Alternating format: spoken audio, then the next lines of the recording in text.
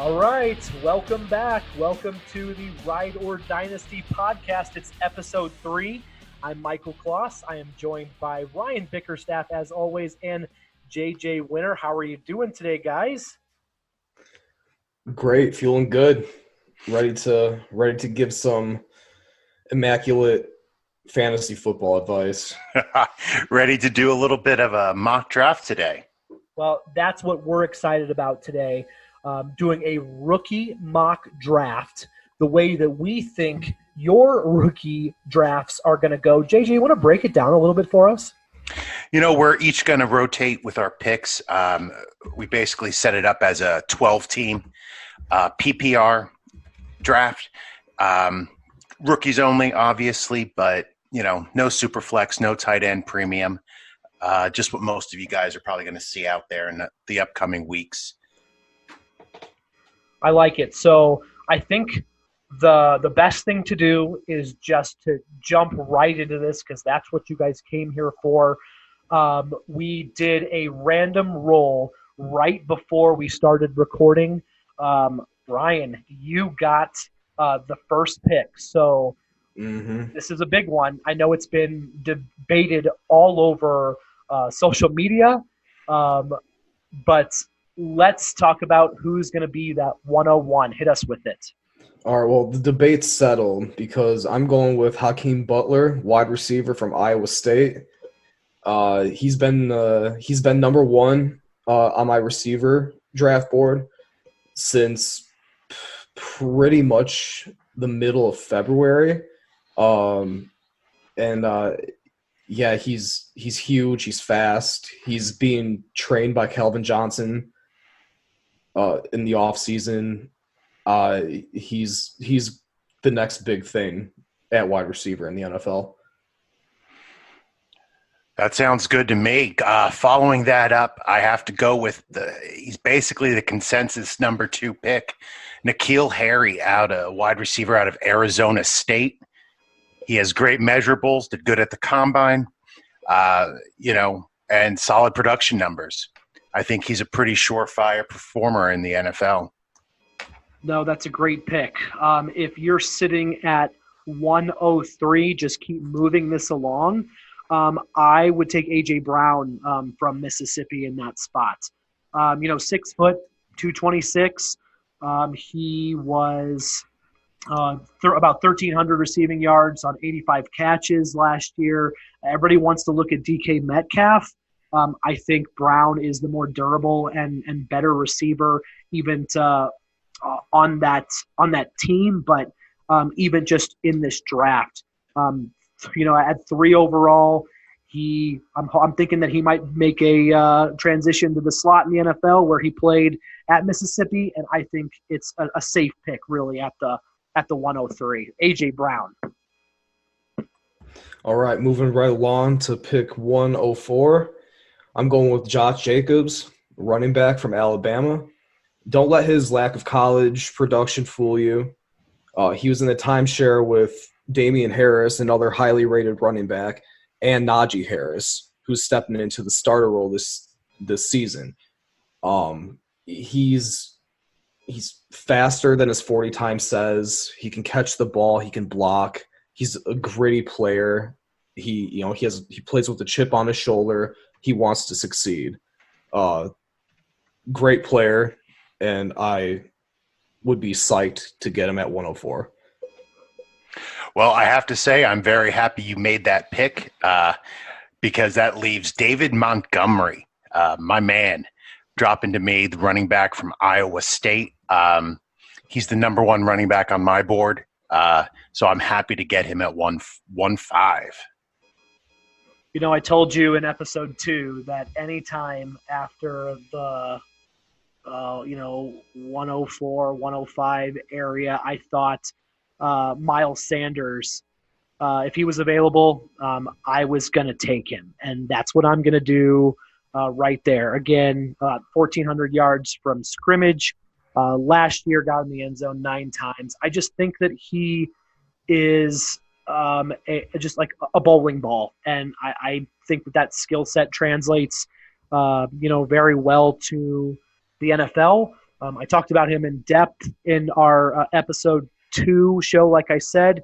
Again, Miles Sanders is an NFL player, especially if he gets on a good team. But before I continue, I want to make sure that I let everybody know as we continue to pick, our rankings are up on riderdynasty.com, and you can always please hit us up on Twitter at Ride or Dynasty to get a chance to see all those rankings. So we look forward to it.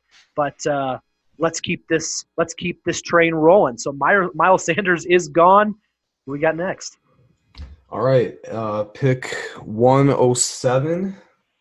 We got Paris Campbell, wide receiver from Ohio State. This is he's a little raw coming out of college, but he has good hands. He can run routes. He's blazing fast. He's good size. He's not too big, but he's not too small. He's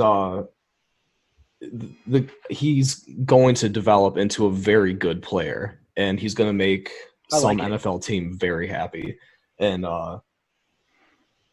yeah, I'm happily taking Campbell at pick 107.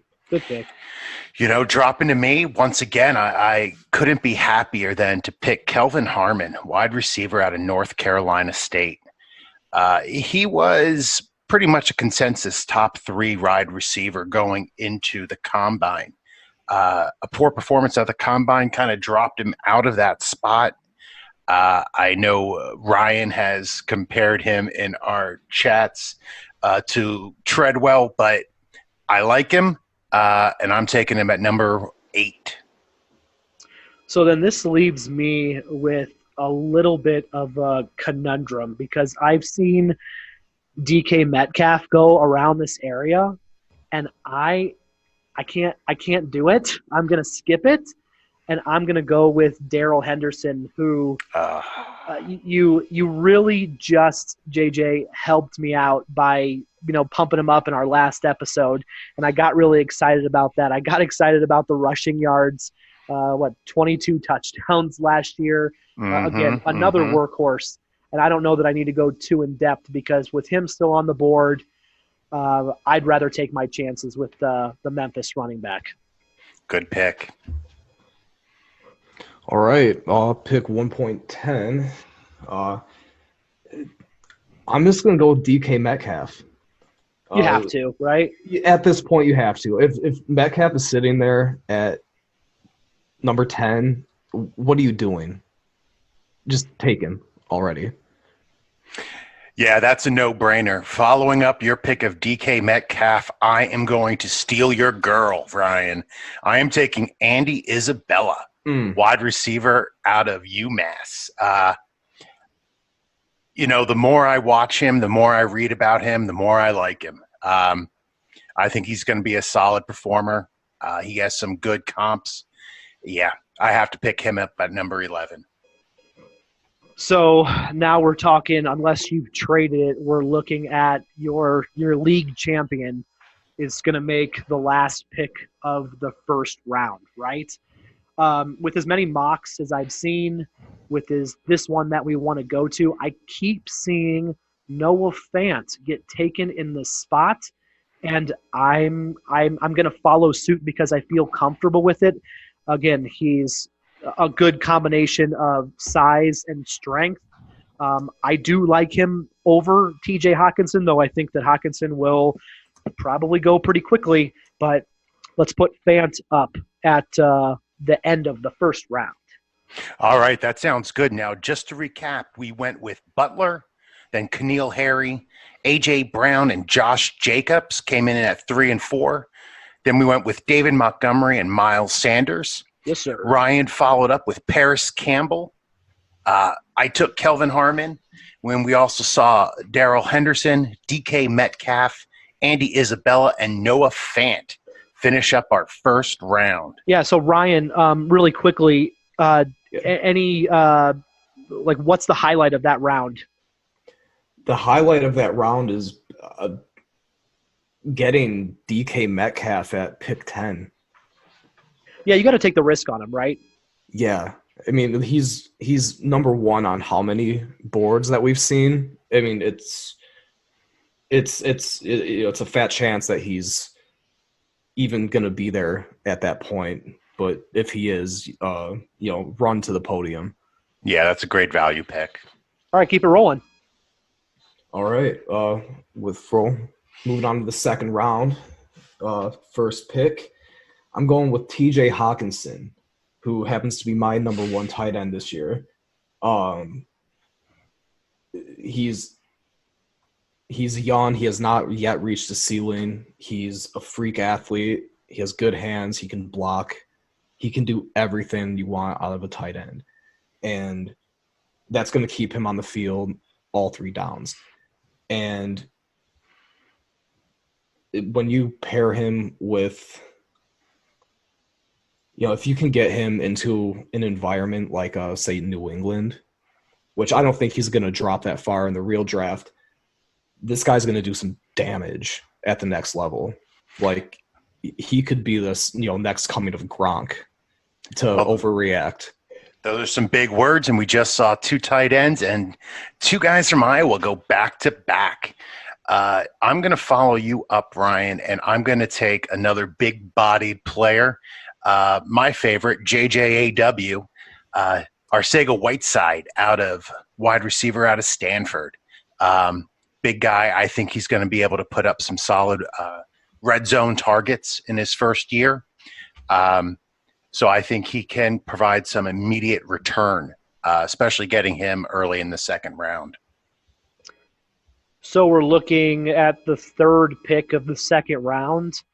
I hope I'm not being too obvious here by penciling in Kyler Murray to the Arizona Cardinals. I think that, if that gets out just way too much, or at least reading the tea leaves for all of the experts that seem to think that's going to happen, I think that he's too good. He's, again, my number one ranked quarterback, the rookie quarterback coming into, this year of the 10 that are out there, at least that we're looking at. I just think that he's got the skill set, he's got the arm, and I'm really excited to watch him in the NFL. He's going way earlier in Superflex. He is the 203 for me, Kyler Murray in this mock. All right, moving on, pick 204, Damian Harris, running back, Alabama. The other Alabama running back. Now, people are forgetting that last year, his junior year, he was being rated as a first-round talent at running back. And his numbers are a little bit down this year, but he was in more of a timeshare. And, Josh Jacobs emerged toward the end of the season, and so did Najee Harris. It really crowded that Alabama backfield. And he's just a good, solid, hard-nosed player. He'll be good. He'll be good in the pros. That's a solid pick, Ryan. Damian Harris faced much tougher boxes than Josh Jacobs. When he came into the game, the defense knew they were going to run the ball. He continued to perform at a solid level. You can't argue with Damian Harris at that point. I'm going to keep my streak of wide receivers going by drafting Hollywood Brown, wide receiver out of Oklahoma. He's getting knocked a little bit because of his small frame, but he's electric on the field. I think Tariq Cohen was called the human joystick last year, but that's what Hollywood Brown reminds me of. Get the ball in his hands, and he can go the distance at any time. I think has very good upside and is worth a shot in the second round. You scared me for a second there, JJ. I thought you were going to grab my guy, Deebo Samuel. Watching this guy play, he does so much with the ball in his hands, but he is really good without it too. He just really owns the field. He had a really respectable 4.48 40.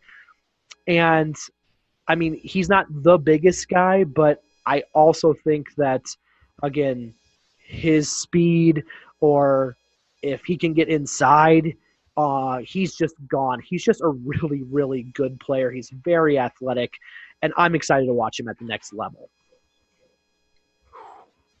All right. So, well, since Michael just sniped my pick. It was bound to happen soon. Yes, it was. We're going to go ahead and select Deebo Samuel's college teammate, Brian Edwards, the other wide receiver out of South Carolina. Brian Edwards is somebody that's kind of come to my attention a little bit more recently, but after watching some film on him, he looks like a beast. And I want to say he put up over 860 yards in 2018, playing in a limited offense. He's big. He's got, prototypical wide receiver size. Brian Edwards. That's a solid pick. I'm happy you took him, which means my man Terry McLaurin is wide receiver out of Ohio State, is dropping to me. I don't know what's not to love about him. The level of competition he faced was top notch. He ran a 4.35 at the combine. He's 6 foot, 208. He's really everything that you could want. I mean, he's explosive, he's fast, and he has great hands. I'd be happy to get him at this point in the draft. So I don't know that if we've mentioned this. We're doing this live with our, the best prep that we can do here. We did not put this together beforehand. We thought it would be a little bit more interesting, and it's certainly panning out that way. With my next pick, we're still in the second round here. I'm looking, and I'm a little surprised. I've seen him tumble down draft boards recently, and I think it's too good of a value to pass up Dwayne Haskins at this point in time. I think that doing this mock before the NFL draft is telling, because you don't know, especially with quarterbacks, if they're going to start. I know they just there's been some just rumor that it's like, yep, he's going to the Giants, and people have, for whatever reason, I feel like accepted that.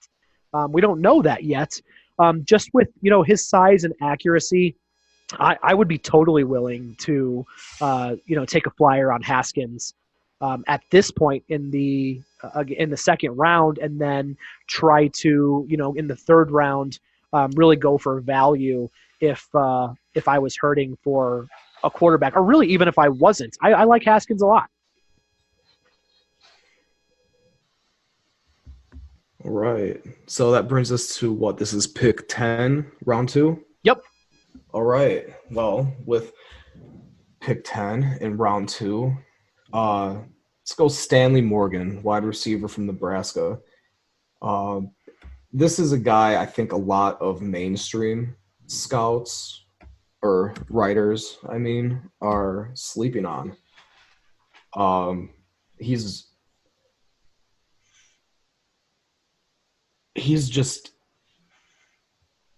going to be good. Like, you watch this guy play, he has great hands, he's tough as nails. He's he was the only wide receiver in Nebraska history to have a 1,000-yard receiving season. Like, that's kind of a big deal for a school with such an extensive history. That he's the only one that's accomplished that for their school. Yeah, I'm definitely a fan, Ryan. I think in our last episode, I compared him a little bit to Quincy Enunwa, my favorite receiver out of Nebraska ever. That's a very solid pick, and with sounding like an accountant and being that it's April 13th, that's a very good pick, but I'm sure he's busy right about now. I'm going to come in and take Miles Boykin. He received, I think, a little bit of a bump recently from the Matt Waldman RSP. Kind of praised him. So, I have to admit, I'm a fanboy of the RSP. So I have to trust my man Matt and take Miles Boykin here at towards the end of the second round. Well, then I'm proud to rep my school here, University of Missouri, Mizzou, and I'm going to go with Emmanuel Hall.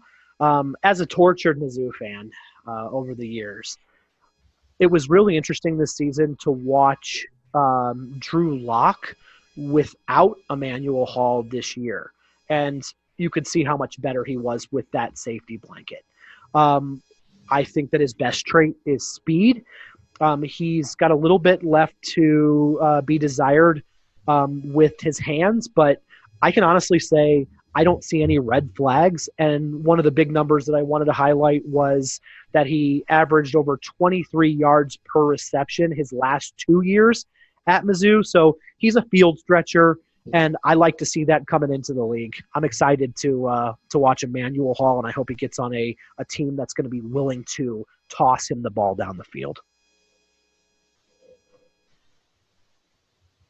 Right. So that wraps up round 2, if I'm not mistaken. Yes, it is. Yes, it does. Where are you going to go in round 3, Ryan? All right. Well, pick 1, round 3. Let's now before I make this pick, if you're sensing a pattern out there, it's not just because I'm an Alabama diehard. The picks are just kind of falling to me this way. But round 3, pick 1, I'm taking Irv Smith, tight end from Alabama. I actually have 3 tight ends graded as first-round talents for this year's draft, and Irv Smith is number 3. He's fast. He has good hands. He can run routes.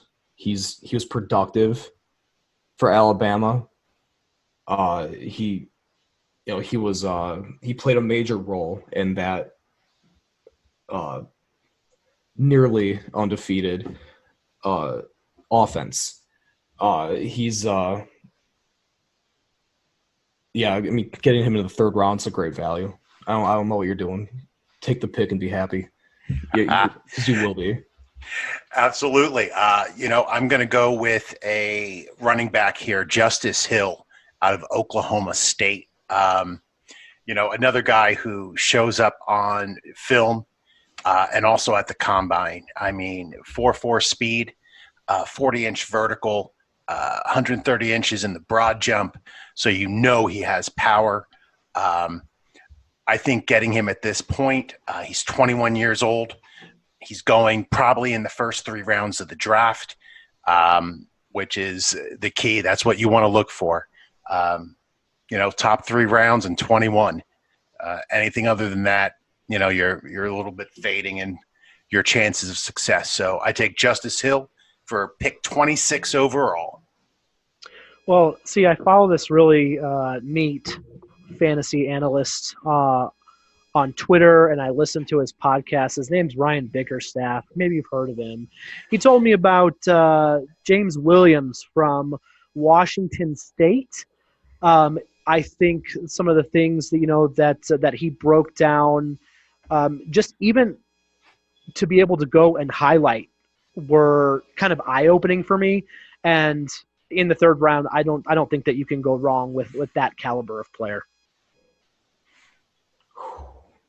Taking him right out from under me, man. You broke his heart. Klaus. See, no, but I gave you a little bit of love first, knowing that I was going to take him from you. It's all good, man. I appreciate it.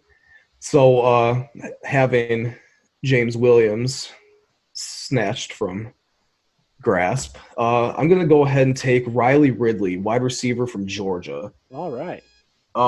This is a player I had rated very highly at the end of this season, and he's fallen down my board in over the course of the past couple months.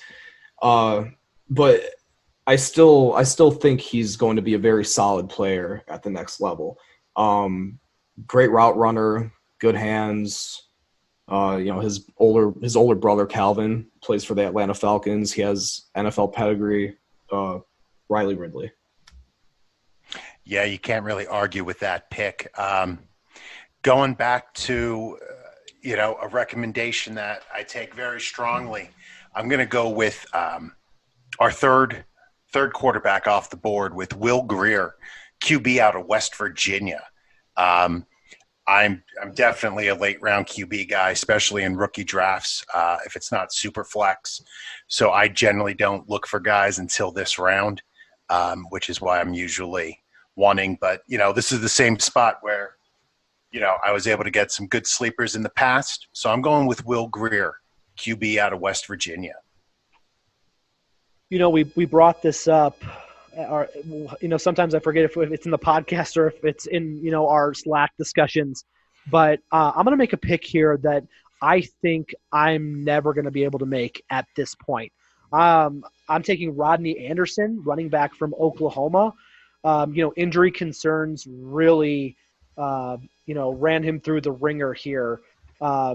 It looked like he was going to have some fantastic years after running for 1,100 yards and 17 touchdowns. And he just, was it his ACL injury, a broken leg? He's just had a tough run. But I think there might be somebody in your league that will snipe him way earlier, like maybe even in the second round. If somebody really wants to go with the risk in the first round, he is an easy pick for me right now because he could be amazing in the NFL. He is first round talent if you want to play the risk with all of the injuries that he's had. Great pick. Ooh, that's a hot take. All right, first round talent. Yes, sir. I like it. All right, round 3, pick 7. I'm going to go with Alexander Madison, running back from Boise State. I talked about Madison in the last episode of the podcast. And I said he was he's the best Boise State running back since Doug Martin, not Doug Morgan. There you go. And he's got prototypical size. He's a powerful runner. He's fast enough. I love this pick at this point in the draft. Yeah, that's a great pick. I'm going to follow it up with my number 4 tight end, somebody who might drop to the Patriots, which I know everybody is getting all excited over Austin Seferian-Jenkins being picked, signed by them, but he's not the answer. I think that Jay Sternberger, tight end out of Texas A&M, big body, sure-handed, also can block decently, can help fill in for a little bit of what Gronk left behind. So I'm going with Jay Sternberger and hoping that he ends up on the Patriots. Tell me if I'm missing something, because I don't want to look like a complete idiot here, but have we taken Alex Barnes yet, the running back from Kansas State? We have not. Well, we have not. Let's put him up on the board. Put it on the board. I think that one of the things that stood out to me that I've got in my notes was at the combine, 34 reps on the bench. This dude is strong. 4.59 40. I could probably throw a ton of other combine numbers at you, but I like to highlight those two. At Kansas State, he was consistent too. And I think that, the back of the third, that's all you can ask for here. All right. Well, he's the strongest guy ever. Yeah, Alex Barnes is a beast. All right, so moving along, round 3, pick 10, my final pick of the podcast. I'm going to go ahead and take Benny Snell, running back from Kentucky. You got me that time. This is he's another one of those he's another one of those prototypically sized, powerful runners. He's fast enough. Great production against SEC competition, over 1,000 yards each season, and he improved each year. Benny Snell, yeah. That is a fantastic pick. All right. With the 11th pick in the third round, I'm going to go a little bit off script here. And I was listening to a podcast today, the RSP podcast with Matt Waldman and Emery Hunt. And they started talking about this quarterback, Amir Hall, QB out of Bowie State, and how good he was and how overlooked he is. And I went back and I watched some information on him. I watched some film, and he is amazing.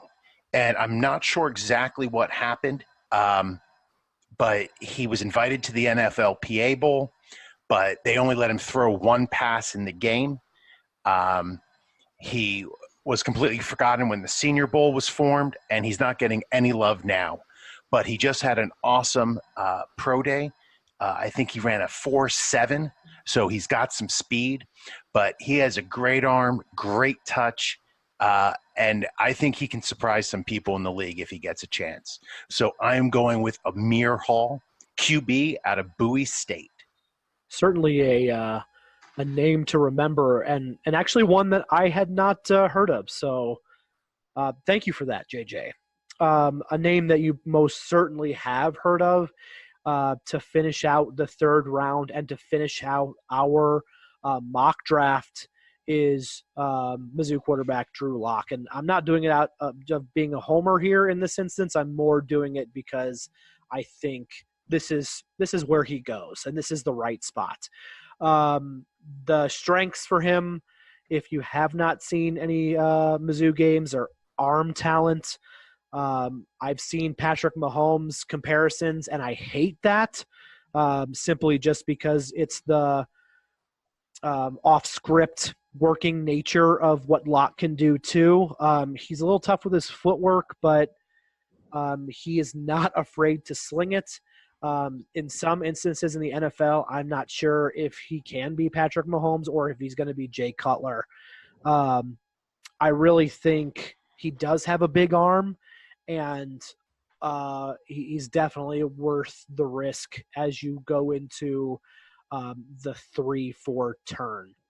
So if you're following at home, JJ, if you would be so kind to give us a recap of what we just kind of threw down there.